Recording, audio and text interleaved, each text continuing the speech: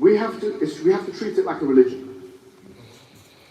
I was just on Twitter the other day, yeah, and I saw a man. Oh,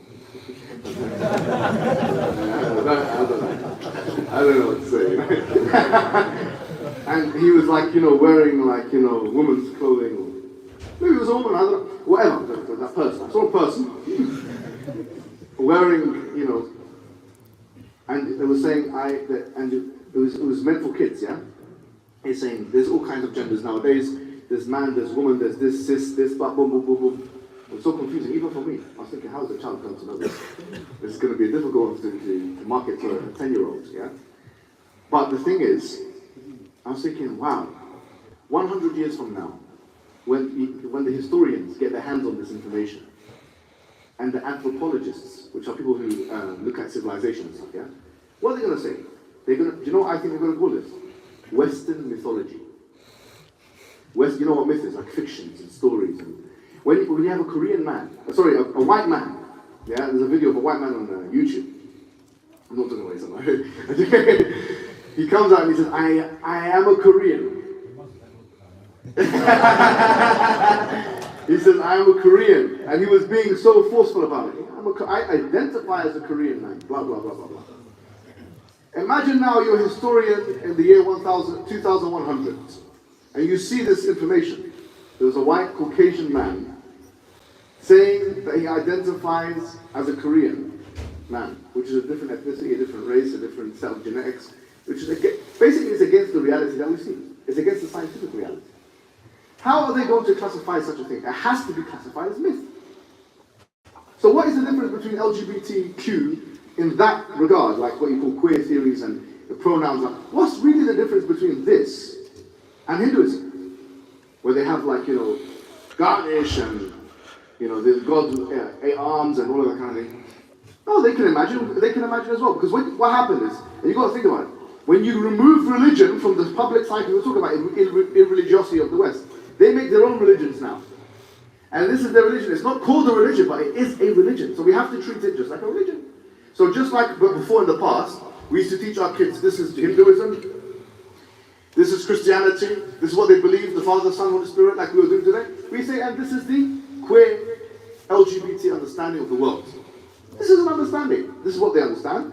They have their own sets of mythologies, which is an interesting type of mythology, because usually myth works in history, like how this happened in the past or whatever, but they have a present day mythology.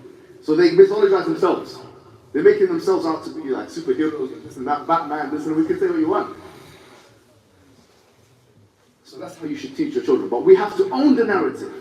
It's wrong to say, well, we're going to close our ears of the children so they don't hear it. No, we should be the ones that tell the children about this. We explain to them ourselves, from our perspective, what this means. Why are there people, men and other men? The Quran talks about it, And wallahi, I'll tell you one more thing. I was deeply thinking about this mas'ala. Every prophet, when he comes to his people, what does he tell them? He tells them, worship Allah. A'budullah ma lakum min ilahin ghayruh. Worship Allah, there's no other God. Do you know there's only one prophet in the whole Quran? In the whole Quran, that he went to their people, he didn't say this? He didn't start off by saying this. You know who it was? Luton alayhi salam. I was thinking about it. Why does it? Because وَإِلَى مَدْيَنَ أَخَاهُمْ شُعَيْبًا. Shu'aib came to his people. قَالَ اعْبُدُوا اللَّهَ مَا لَكُم مِّنْ إِلَٰهٍ غَيْرُهُ. وإلى this Hud أخاهم صالحا.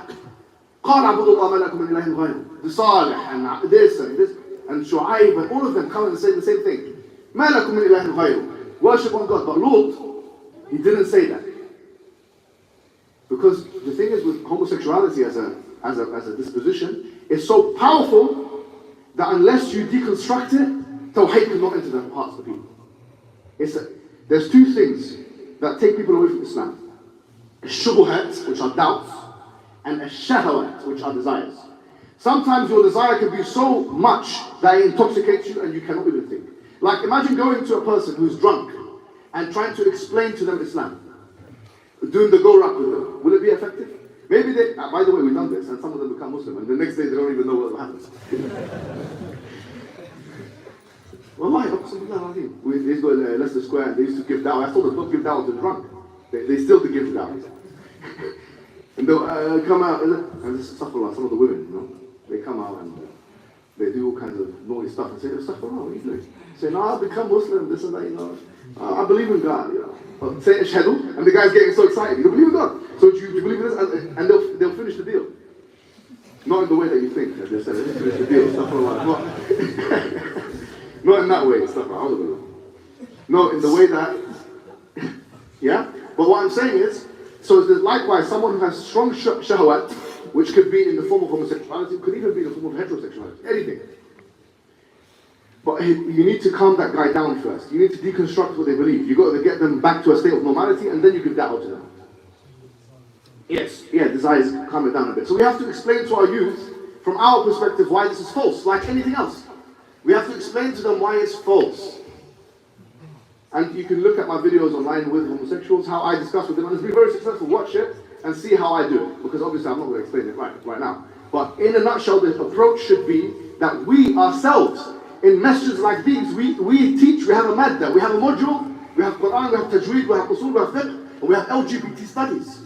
And we're not doing it so we can please the prevent or whoever it is. We're doing it because we want our own narrative of that study to be there.